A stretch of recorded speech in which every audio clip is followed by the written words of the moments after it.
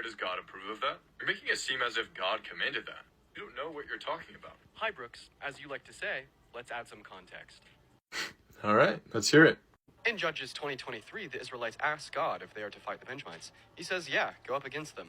Then later, in Judges 20:28, the Israelites ask God again, are they to fight the Benjamites?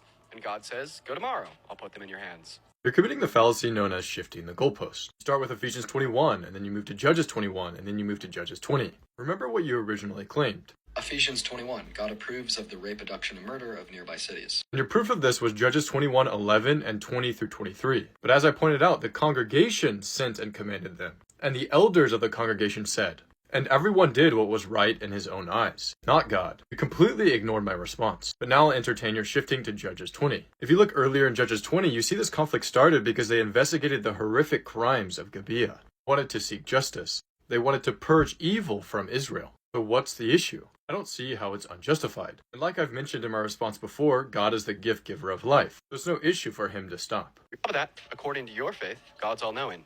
God knew that his commandment of war would result in the death of tens of thousands of Israelites, tens of thousands of Benjamites. Dean is doing rhetorical sleight of hand. Starts with no, not 21, but 20. Now he's like, well, maybe he didn't actually approve of it. They did what was right in their own eyes. But God knew it would happen. Even that argument has an unjustified assumption. How do you know God didn't have good reason? Would there be no justice for that crime? How do you know without the war it would have been better off? If the evil increased so much worse than the casualties of war. God is not responsible for the free choice of man. Nice try. You sat down and read your scripture for 5 minutes before you posted your response video. You cannot be serious.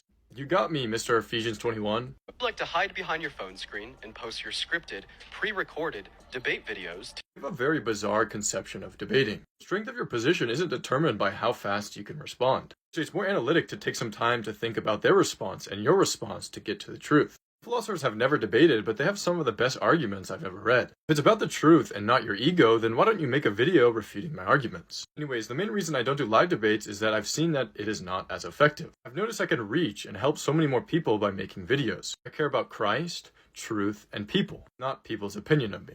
I challenge you to a 2v2 debate on the existence of the Christian God with a... So with all that being said, I accept. But on 2 conditions. 1, it's my live stream, and 2, it's a 1v1. In my experience, a 2v2 has too much crosstalk and impedes progress. So Dean, let's do it.